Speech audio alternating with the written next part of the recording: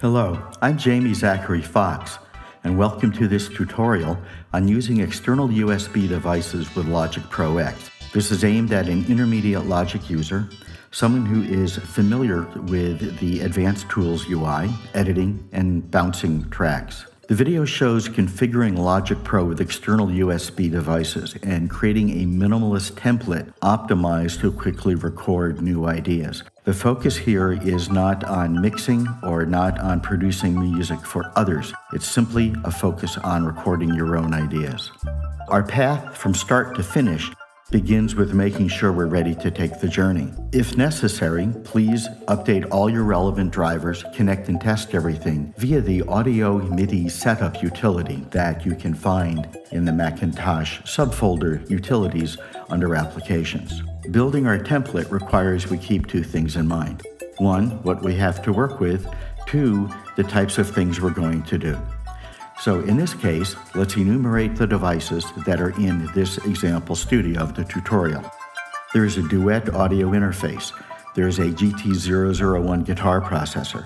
There's a Montage synth, and there's an A500 Pro controller. The Duet, by the way, is FireWire. The Duet also routes Logic stereo left and right out to powered monitors. Perhaps a sidebar. If this is old news to you, please skip ahead. In case you're unfamiliar with the Macintosh aggregate input capability and you're new to using audio USB, this section might be useful for you. There is a way you can get the Mac to listen simultaneously to a number of inputs. It's a simple customization that goes like this. Launch the Audio MIDI setup.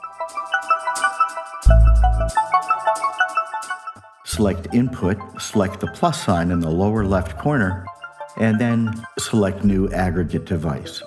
The order in which you select the items is going to determine the ordering of how the Mac listens to their channels. When you're done with that, name it something meaningful like aggregated inputs from externals or foobar bars. Be extra special careful to have a consistent sample rate across all your devices and use your best source as a clock.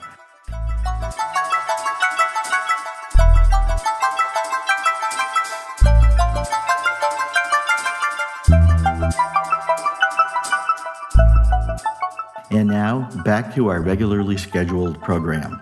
So from the standpoint of the Mac, it hears audio as follows.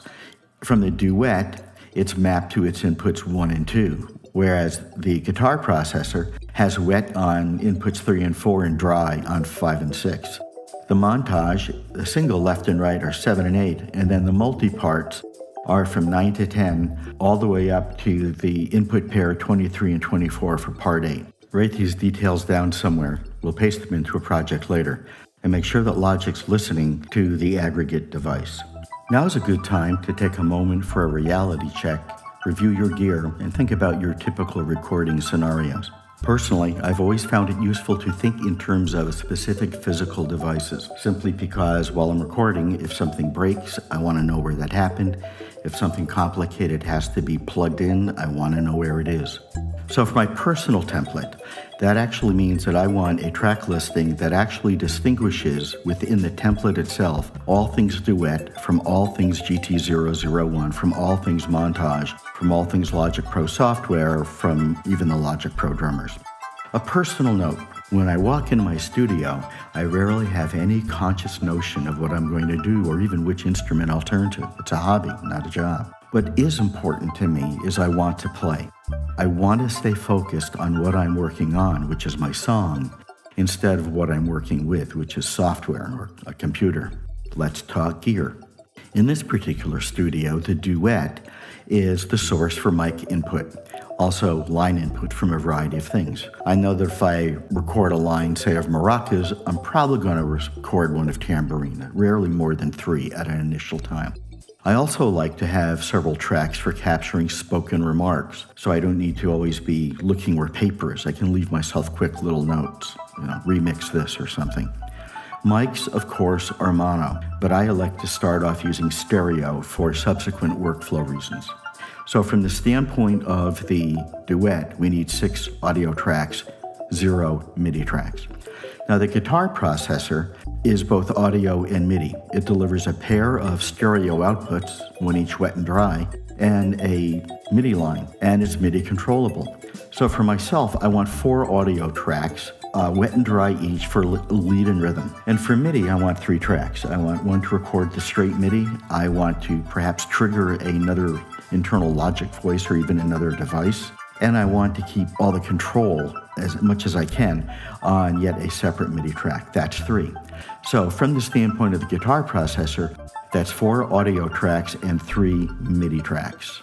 Now, the Montage presents itself in 2 ways. One is as a single stereo instrument, and the other is as a multi-timbral, multi-output instrument. I use it in both ways.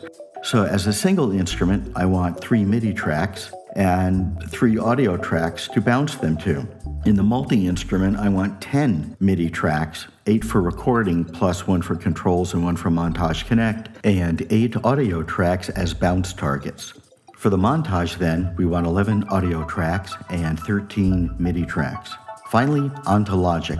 The way that I use it, yours will be different, is to set aside 8 familiar software instrument tracks, like an electric piano, and then 3 synth tracks, an ultra beat, and 4 for the drummer. For my personal template, then, separating by device, the Duet will have 3 audio tracks for speech, 3 audio tracks for music.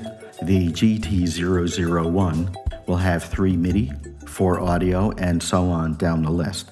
We can take that list and rearrange it, quickly see that we need 21 audio tracks, we need 28 MIDI tracks, 4 drummer tracks.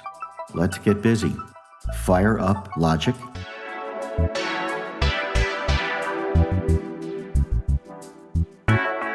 Create 21 stereo audio tracks.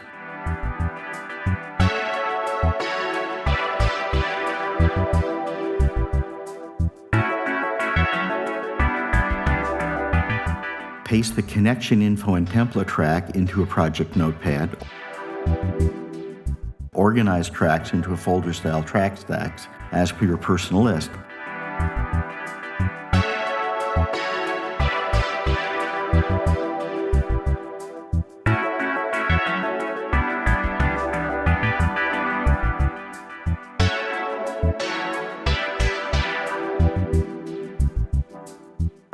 And then in this instance, create 3 sets of external MIDI tracks, drop them into the appropriate place, and save your work.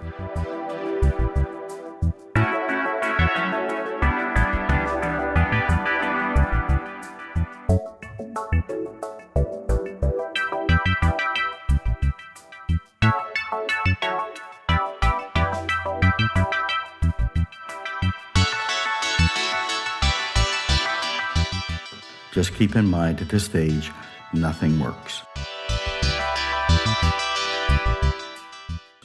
And now it's time for another sidebar. When Logic puts instruments on tracks, it goes wild in the mixer, clutters the visual field.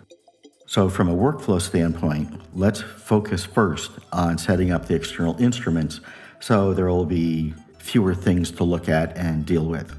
Another aspect of what I like to do is really customize the environment quite a bit. Your desires and needs might be different, but I was going to go through at least what I do here. Begin with configuring the track header. Go to the main track menu, select Configure Header, it's at the bottom of the list, and turn most things on.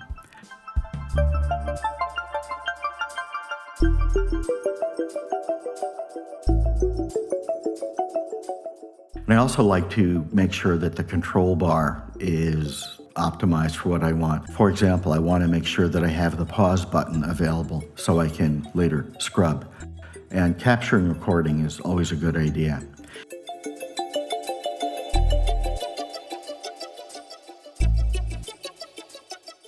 You can do the same with the toolbar, stripping it to the bare minimum you use.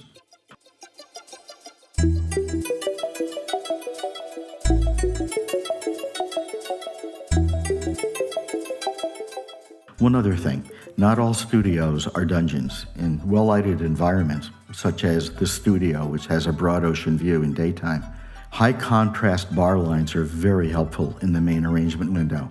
For these settings, you can just go into the preference tracks, turn off automatic, and set the colors as you like. Another very useful capability of Logic is to create screen sets. It allows you to very rapidly go back and forth between windows. Again, if you're familiar with this, skip ahead. If not, take a moment. You'll be glad you did. Mine are set up, the arrangement, then the piano roll, and the score window, and the mixer window, which means I press that number on my computer keyboard and I get a setup focused on that screen. Now I'm going to do it in a slightly different order, but it's very simple. Pick a number for the screen set, and when that shows up, there will be an arrangement window. Grab it, pull it out of the way, and then look at a window item. If I'm in 2, it's going to be the piano roll. If I'm going to be in 4, it's going to be the mixer. Take that. Once you get it, dismiss the arrangement window and then maximize the new one you put in. Do this for each.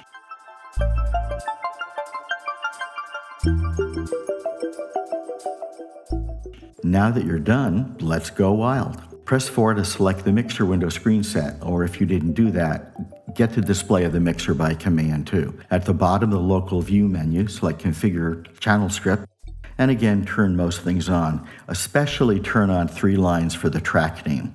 This is a template. It'll help you.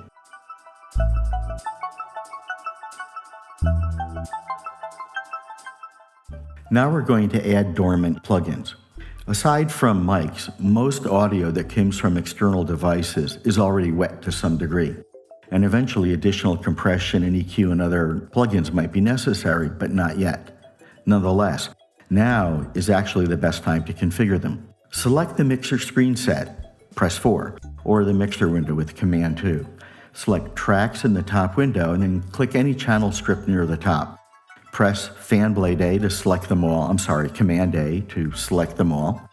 And then inside the top of one of the audio FX slots, any of the highlighted ones, for the plugin add Dynamics Compressor Stereo, for now. Once all the highlighted channel strips display the compressor, select the on-off toggle button on any one of them, thereby toggling them all off. Let's do the same thing with the EQ. With all the tracks still selected, select any EQ window pane, just click on it, and then when they all light up, click on-off, and they all go off. This is where we hook things up. Go back to your arrangement window, reveal the notepad, which has all the necessary connection data. Open Project Notepad, display the connection, display the mixer window by the mixer screen set, press 4 or Command 2. And then to reveal all tracks, Option-click any of the upward pointing disclosure triangles just above the channel strip name there on the left. All tracks should now be revealed. Working from left to right along the line identified as input, update each entry to reflect the input source for that as per the aggregate device. In the present example, for instance, we'll leave the input for the remarks folder in the duet folder as inputs 1 and 2. For the GT001, we'll set the first 2 to 3 and 4 as wet channels and the second 2 to 5 and 6 as dry channels. For the montage, set the inputs in the single folder to 7, 8. And the multi, well, set them all.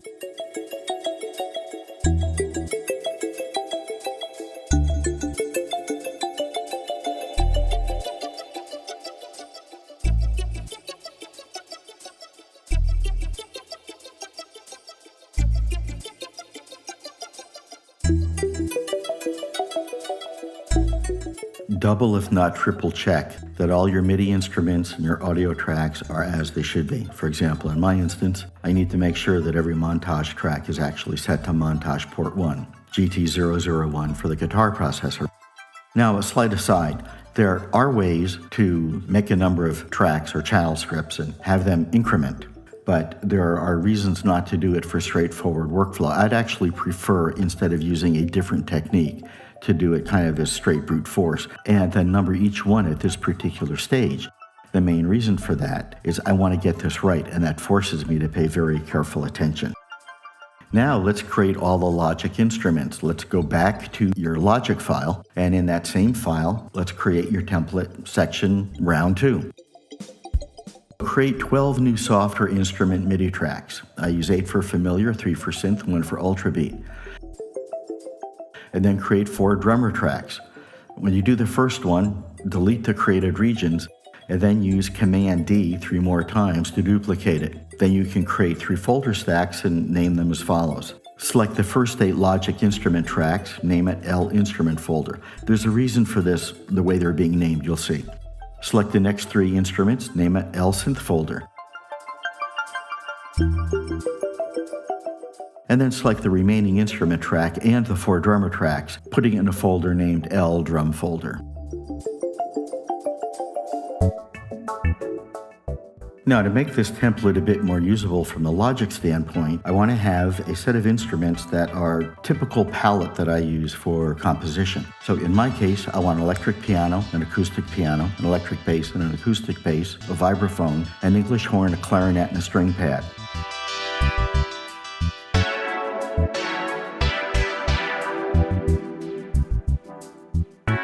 In the synth folder, I want an Alchemy, a Sculpture, and an ESX24.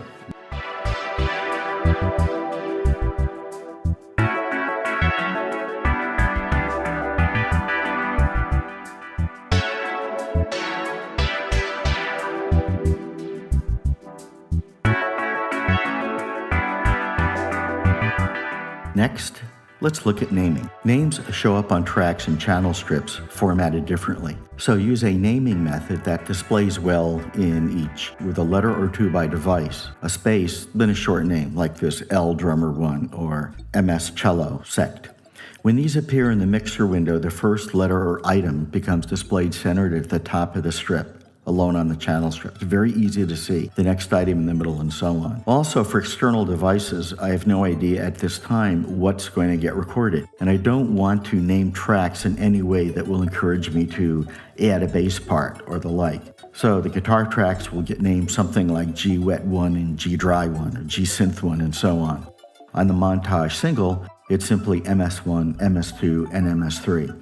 The names will change when I use them, keeping to the pattern of leading with the device name code. There is an old saying from Donald Knuth in the software engineering field in computer science that premature optimization is the root of all evil. As a career in that industry, yes, it's true. So I don't want to over-optimize anything now that will cause me more work later. So I want these as simple and plain as I can have them. And then when I know what they are, they will get those names. Now we're going to color the tracks. This is not necessarily an art lesson. Actually, it's kind of more of a garish lesson by design. The folder track color is a faint background color within the arrangement window. So if you pick bright folder tracks, it will highlight sets of tracks in the arrangement window from different folders in a relatively easy, quick way to discern them. Now, rather than have a pretty thing that's content related like bass is always blue, at this step of recording, I actually want to code again by device. And the approach I'm going to use is within the color palette of Logic, Option C, I will pick the top row, the brightest ones, for folder colors. Then inside that folder, I will use in the same column the 3rd row color for audio and the 4th row for MIDI. They will become prettified once they go to that great mixing template in the sky. For now, I will always know the type of thing and the source of that thing at a glance. Try it. You might like it. Finally, I find it useful to update the icons to help distinguish various devices. Now it's time to test your setup. The test plan you see here is the one I used for my studio. Yours, of course, will differ. Now we're on to saving your template. Step 1, get ship shape. So if any recording was done, delete those regions. If any audio is recorded, find if there's any remnants by looking View Browser's project and delete those. You can ensure that all fader and pan levels are nominal by selecting all tracks, either in the mixer view or on the arrangement view. Then Option-click on a fader, Option-click on a pan dial, they'll reset to 0. Open Logic's notepad that has the connection data in the track list, and make any notes here about the decisions you made while crafting your template. As this is a template, leave it open, so the next time you load it, it'll be there right in front of you. Now press Enter, setting the timeline back to the beginning. Set your overall tempo to something that's typical with the type of music that you're writing right now. And finally, use File, Save as Template. and give a bright, shiny name to your new creation. From this point on, you're done. It's time to record.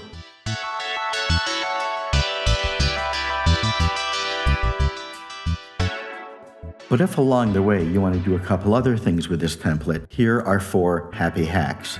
Number 1, I don't like click tracks. So I make my own with a drummer track, filling it with maracas, turning in the region inspector on the loop, and a second one putting a tambourine. And I have my own rhythm track. Another one, which is very helpful if you do a lot of recording from your external instruments, you've already made folders. Now you can take those folders and hide protected duplicates of them. When you need a new stack, say for Logic or for your guitar, unhide it, press Command-D to duplicate it, twirl it open, select the tracks, toggle mute, protect those highlighted, twirl it closed, hide the rest, and you got this. Someday you'll be needing it. Now you'll have it. Now, one suggestion is if you do this, you might want to move the newly created folder to the bottom of your track list in the arrangement window. It'll save you headaches later on when you're hiding some things and not other things. Another happy hack is to have a target template folder that only has one thing in it, and that's yours, and it is called autoload.logicx. If you put your template there and you save it as autoload.logicx, when you say new from template, Logic is first going to go look there. It'll be the only one. It'll highlight it. You press enter and it'll show up with your template, and you can actually rush it. Right after you click one, you can then tap the other. Happy hack number 4 is you can use MIDI tracks in a template to set up a variety of instruments in a particular way, or you can just use them for patch changes. A word of caution is in order. Templates like this can truly speed up workflow, but crazy problems can pop up unless one is attentive and diligent regarding all the track settings, not just those that are visible. For example, in Happy Hack number 4, unless the region is muted, this MIDI init track will keep determining the active GT001 patch. That can be crazy making. One essential rule that I've learned in working with templates is to keep most things toggled off and muted, and only turn them on as needed. It takes less than a second to make them live, but can save hours of debugging. Keep it simple. You can also add particular sugar and spice to the templates via the File Project Settings, Import Project Settings from other Logic projects, bringing in things such as score layouts or other formats. That, of course, is a different topic for a different time.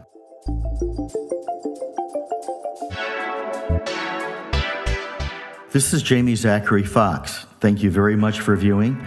I appreciate your likes, and please pass this on to anyone else who could benefit.